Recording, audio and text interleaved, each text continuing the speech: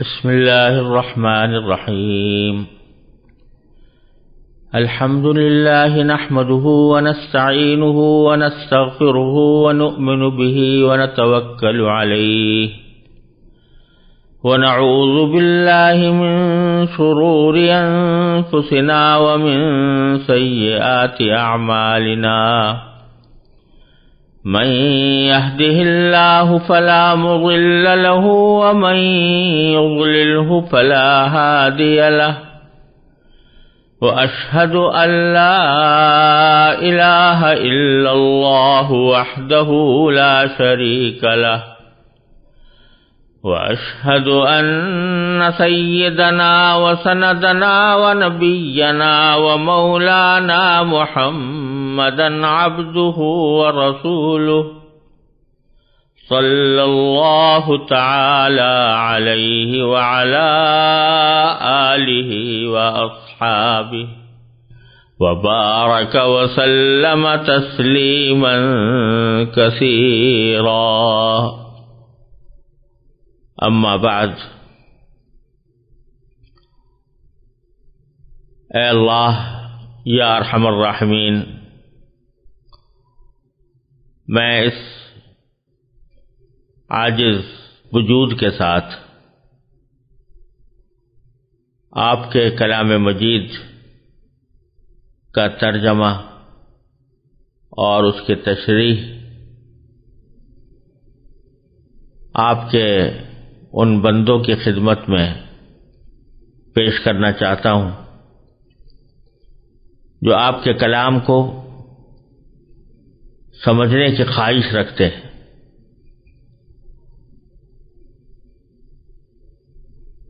آپ کے اس عظیم کلام کا ترجمہ اور تشریح حقیقت تو یہ ہے کہ کسی کے بندے کے بس کی بات نہیں. جب تک آپ کی توفیق شامل حال نہ ہو، کوئی بھی بندہ آپ کے کلام کی عظمت اور اس کی حقیقت کو اپنے ناقص لفظوں میں بیان کرنے کی طاقت نہیں رکھتا. اے اللہ، اس کوشش اور کاوش کا اصل مقصود آپ کی رضا کا حصول ہے اور آپ کے کلام کو آپ کے بندوں تک پہنچانے کی کوشش ہے. یا ارحم الراحمین، اپنے فضل و کرم سے مجھے اس کام کے اندر اخلاص بھی عطا فرما اور اس کو ٹھیک ٹھیک اپنی رضا کے مطابق انجام دینے کی توفیق کامل عطا فرما. آپ ہی انسان کو توفیق دینے والے ہیں، آپ ہی اس کو ایسے کام کرنے کی صلاحیت عطا فرمانے والے ہیں جو آپ کی رضا کے مطابق ہوں. آپ کی توفیق کے بغیر کوئی کام نہیں ہو سکتا. اے اللہ، اپنے فضل و کرم سے مجھے اس کی توفیق عطا فرما، اس کو سننے والوں کے لیے نافع اور مفید بنا دے اور اس کو میرے لیے اپنی رضا کامل کے حصول اور اس کو صدقہ جاریہ بنانے کی توفیق عطا فرما. آمین ثم آمین. قرآن کریم کی صحیح تفسیر اور اس کا ترجمہ سننے اور سمجھنے سے پہلے قرآن کریم کے بارے میں چند ضروری باتیں ہیں جن کا جاننا اور سمجھنا اس لیے ضروری ہے کہ ان کو سمجھے بغیر اللہ جل جلالہ کے اس عظیم پیغام کو ٹھیک ٹھیک سمجھنا انسان کے لیے شاید دشوار ہوگا. لہذا قرآن کریم کا ترجمہ اور تفسیر شروع کرنے سے پہلے میں قرآن کریم کے بارے میں چند بنیادی معلومات سننے والوں کی خدمت میں پیش کرنا چاہتا ہوں، تاکہ وہ قرآن کریم کے بارے میں یہ جان سکیں کہ وہ کیا کلام ہے اور اس کے مقاصد کیا ہیں اور وہ کس طرح ہم تک پہنچا ہے۔ یہ بات تو ہر کس و ناکس کو معلوم ہے کہ قرآن کریم اللہ تبارک و تعالی کی وہ کتاب ہے جو حضور نبی کریم سرور دو عالم سیدنا محمد صلی اللہ علیہ وسلم پر وحی کے ذریعے نازل ہوئی، اور یہ اللہ جل جلالہ کی کتاب ہے۔ لیکن یہ بات جاننی ضروری ہے کہ وحی کیا چیز ہوتی ہے اور انسان کو وحی کی کیا ضرورت ہے، کیوں انسان وحی کا محتاج ہے، اور اللہ تبارک و تعالی اپنے مختلف بندوں پر وحی کس لیے نازل فرماتے ہیں۔ جو شخص بھی اللہ تبارک و تعالی پر ایمان رکھتا ہو اسے اتنا تو پتہ ہوتا ہے کہ اللہ تعالی نے انسان ہی کو اس دنیا میں بھیجا ہے، اسی نے اس دنیا میں انسان کو پیدا کیا، اور صدیوں بلکہ ہزارہا سال سے یہ سلسلہ آنکھوں کے سامنے نظر آتا رہتا ہے کہ ایک انسان ماں کے پیٹ سے پیدا ہوتا ہے، بچہ ہوتا ہے، بچپن گزارتا ہے، جوان ہوتا ہے، ادھیڑ عمر تک پہنچتا ہے، بوڑھا ہو جاتا ہے، اور پھر بالآخر دنیا سے رخصت ہو جاتا ہے۔ بعض لوگ وہ بھی ہیں جو بڑھاپے سے پہلے ہی دنیا کو خیر باد کہہ دیتے ہیں۔ یہ بات ہر انسان جانتا ہے کہ کوئی بھی انسان اس دنیا میں ہمیشہ رہنے کے لیے نہیں آیا، وہ ایک خاص وقت تک کے لیے دنیا میں آتا ہے اور اس کے بعد دنیا سے چلا جاتا ہے۔ یہ سلسلہ ہزارہا سال سے اسی طرح چلا آ رہا ہے، اور اس دنیا میں یہ موت ایسی چیز ہے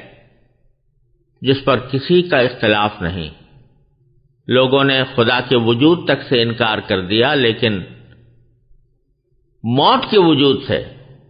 کہ ہر انسان کو کسی نہ کسی وقت موت آنی ہے، اس سے کسی نے انکار نہیں کیا۔ تو سوال یہ پیدا ہوتا ہے کہ اگر دنیا سے جانا ہی ہے، ہر انسان کو دنیا سے جانا ہی ہے، تو پھر دنیا میں آیا کیوں ہے؟ اگر اللہ تبارک و تعالی نے اس دنیا میں بھیجا ہے تو اس کو کیوں بھیجا ہے؟ اس کا مقصد کیا ہے؟ یہ بات بالکل واضح ہے کہ دنیا میں انسان کو زندگی گزارنے کے لیے علم کی ضرورت ہوتی ہے۔ جب تک کسی چیز کا علم نہ ہو دنیا میں وہ اس سے فائدہ نہیں اٹھا سکتا۔ اگر کسی کو یہ نہ معلوم ہو کہ بھوک مٹانے کا کیا طریقہ ہے تو وہ کھانا کیسے کھائے گا، اور اس کو یہ معلوم نہ ہو کہ کون سی چیز کھانے کے لائق ہے تو وہ اپنی بھوک کیسے مٹائے گا۔ اگر اس کو یہ پتہ نہ ہو کہ تن ڈھانکنے کے لیے، بدن ڈھانکنے کے لیے کپڑے کی ضرورت ہے، اور یہ معلوم نہ ہو کہ کپڑا کس طرح پہنا جاتا ہے، تو وہ اس دنیا میں تن ڈھانک کر کیسے رہ سکے گا۔ غرض دنیا کے ہر کام کے لیے انسان کو علم کی ضرورت ہے۔ چنانچہ جب اللہ تبارک و تعالی نے انسان کو دنیا میں بھیجا تو اس کو علم عطا کرنے کے کچھ ذرائع بھی عطا فرمائے، اور یہ ذرائع 3 قسم کے ہیں۔ سب سے پہلا ذریعہ جس سے انسان کو علم حاصل کرتا ہے وہ اس کے حواس ہیں، یعنی آنکھ، کان، ناک اور ہاتھ پاؤں، منہ، بہت سی چیزیں انسان آنکھ سے دیکھ کر پتہ لگاتا ہے، بہت سی چیزیں انسان کان سے سن کر پتہ لگاتا ہے، بہت سی چیزیں ہاتھ پاؤں سے چھو کر پتہ لگاتا ہے، بہت سی چیزیں ایسی ہیں جو ناک سے سونگھ کر پتہ لگاتا ہے۔ یہ حواس خمسہ کہلاتے ہیں، جن سے ہمیں بہت سی باتوں کا علم حاصل ہوتا ہے۔ ہم نے آنکھ سے دیکھا کہ یہ سامنے دیوار ہے تو ہمیں پتہ چلا کہ یہ دیوار ہے، تو آنکھ نے یہ علم عطا کر دیا۔ بہت سی چیزیں کان سے سن کر معلوم ہوتی ہیں۔ مجھے کسی نے آ کر بتایا کہ فلاں شخص آپ سے ملنا چاہتا ہے، تو جب کس کان سے مجھے پتہ چلا، اس کان کے ذریعے مجھے علم حاصل ہوا کہ کوئی شخص مجھ سے ملنے کا خواہش مند ہے۔ کوئی چیز ایسی ہے کہ جو سونگھ کر پتہ لگائی جاتی ہے، خوشبو ہے، وہ پھول کو اگر آپ سونگیں گے تو سونگھ کر اس کی خوشبو کا علم حاصل ہوگا۔ یہ 5 قسم کے خواص ہیں جو اللہ تبارک و تعالی نے انسان کو علم عطا کرنے کے لیے دیے ہیں، لیکن ان تینوں ذرائع میں ترتیب یہ ہے کہ ہر ایک ذریعے کا ایک خاص فنکشن ہے، اس کا ایک خاص دائرہ کار ہے، ایک خاص حد ہے جس کے آگے وہ کام نہیں دیتا۔ مثلا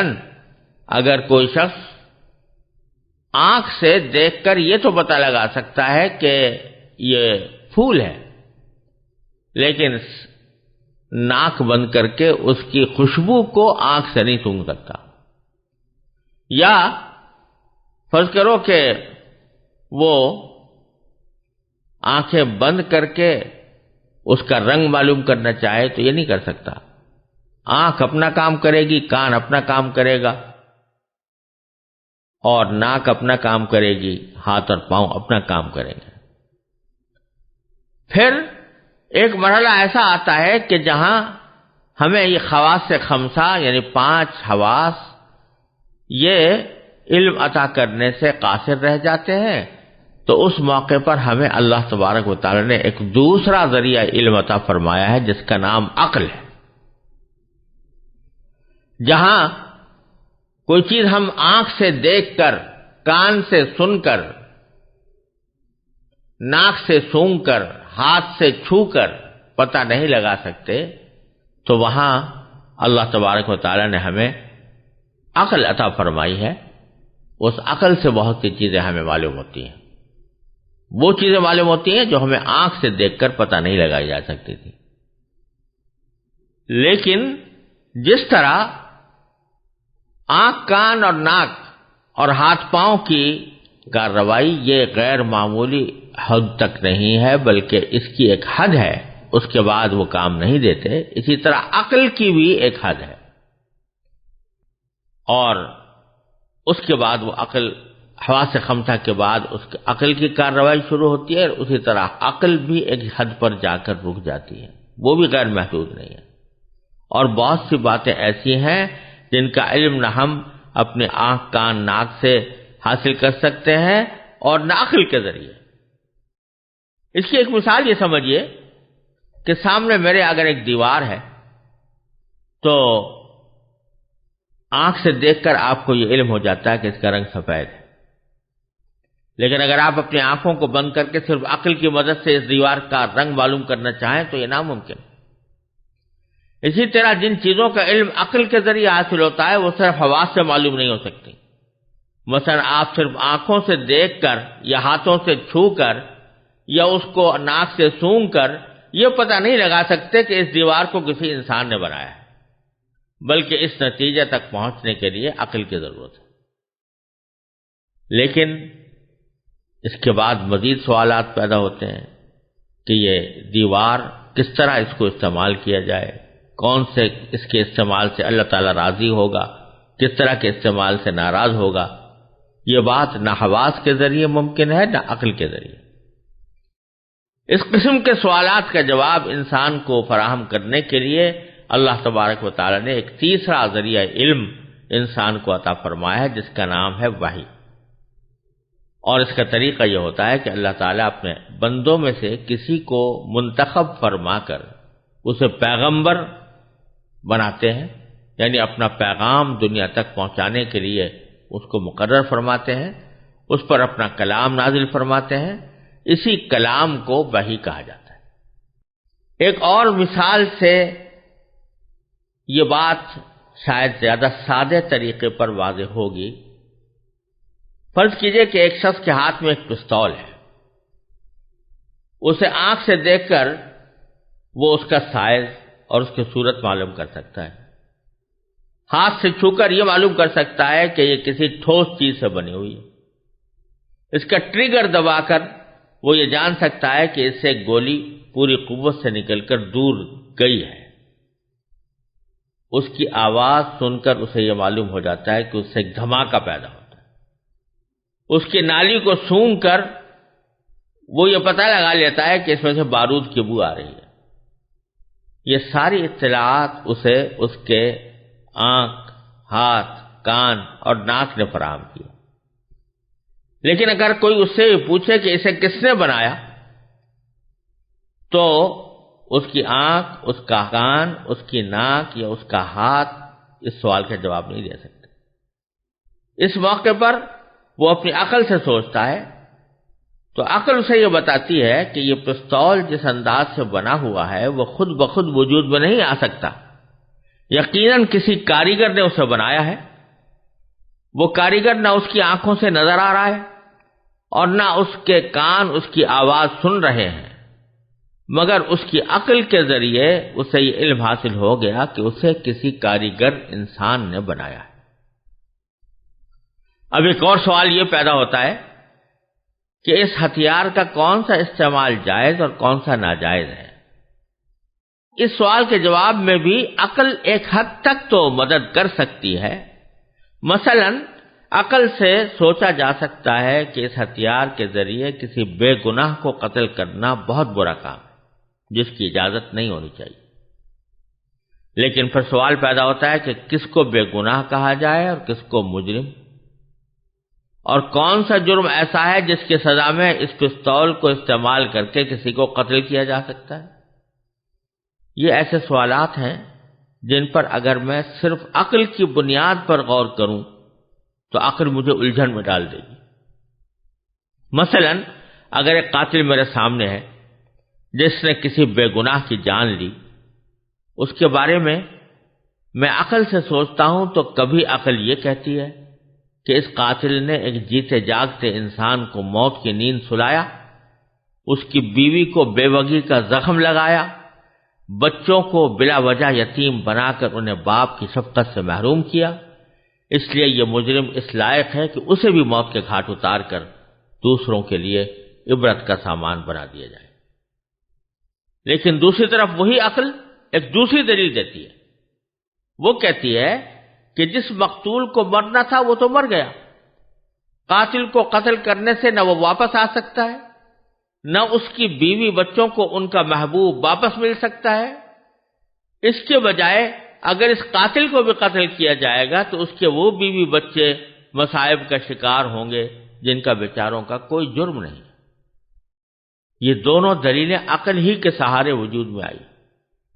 اس لیے نری عقل کے بھروسے پر کوئی ایسا فیصلہ کرنا مشکل ہو رہا ہے جس پر سب کی عقل مطمئن ہو جائے۔ یہی وجہ ہے کہ آج کل دنیا میں ایک بہت بڑا مسئلہ یہ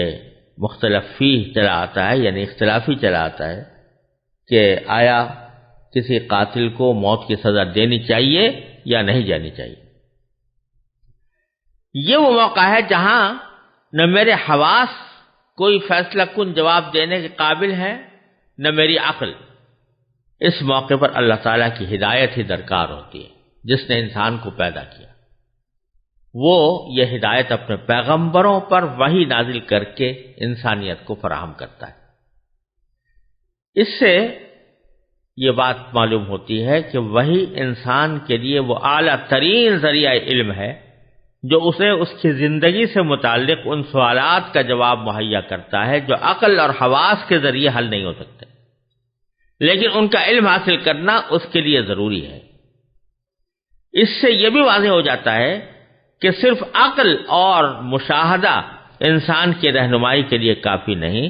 بلکہ اس کی ہدایت کے لیے اللہ تعالیٰ کی طرف سے نازل کی ہوئی وحی ایک ناگزیر ضرورت ہے۔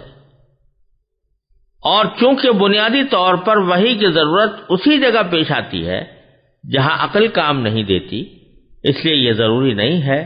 کہ وحی کی ہر بات کا ادراک عقل سے ہی ہو جائے، بلکہ جس طرح کسی چیز کا رنگ معلوم کرنا آنکھ کا کام ہے، عقل کا کام نہیں، اسی طرح بہت سے دینی عقائد کا علم عطا کرنا بھی عقل کے بجائے وحی کا کام ہے، اور ان کے ادراک کے لیے صرف عقل پر بھروسہ کرنا درست نہیں۔ جو شخص اللہ تعالیٰ بچائے خدا کے وجود ہی کا قائل نہ ہو، اس سے تو وحی کے مسئلے پر بات کرنا بالکل بے سود ہے، لیکن جو شخص اللہ تعالیٰ کے وجود اور اس کی قدرت کاملہ پر ایمان رکھتا ہو، اس کے لیے وحی کی عقلی ضرورت، اس کے امکان اور اس کے حقیقی وجود کو سمجھنا کچھ مشکل نہیں۔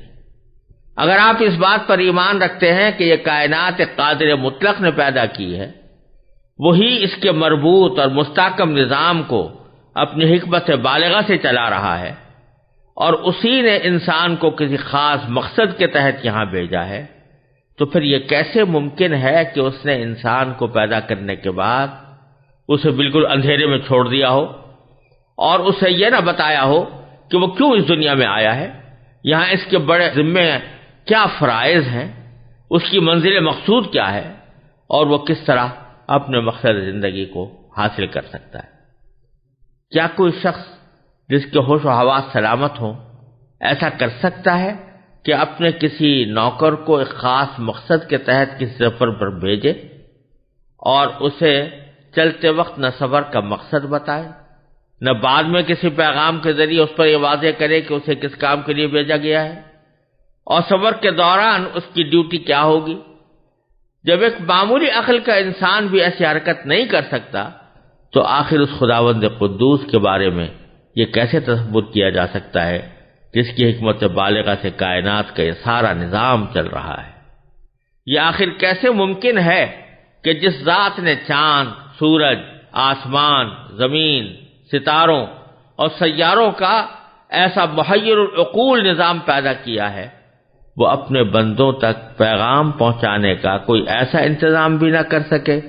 جس کے ذریعے انسانوں کو ان کے مقصد زندگی سے متعلق ہدایات دی جا سکیں؟ اگر اللہ تعالیٰ کی حکمت پر ایمان ہے تو پھر یہ بھی ماننا پڑے گا کہ اس نے اپنے بندوں کو اندھیرے میں نہیں چھوڑا، بلکہ ان کی رہنمائی کے لیے کوئی باقاعدہ نظام ضرور بنایا ہے۔ بس رہنمائی کے اسی باقاعدہ نظام کا نام وحی اور رسالت ہے۔ اس سے واضح ہوتا ہے کہ وحی محض ایک دینی اعتقاد ہی نہیں بلکہ ایک عقلی ضرورت ہے، جس کا انکار در حقیقت اللہ تبارک و تعالیٰ کی حکمت بالغہ کا انکار ہے۔ یہ وحی اللہ تعالیٰ نے ان ہزاروں پیغمبروں پر نازل فرمائی جنہوں نے اپنے اپنے زبانوں میں لوگوں کی ہدایت کا سامان کیا، یہاں تک کہ حضور اقدس سیدنا محمد مصطفیٰ صلی اللہ علیہ وسلم پر قرآن کریم قیامت تک آنے والے انسانوں کی رہنمائی کے لیے نازل فرمایا گیا، اور حضرت صلی اللہ علیہ وسلم پر اس مقدس سلسلے کی تکمیل ہو گئی۔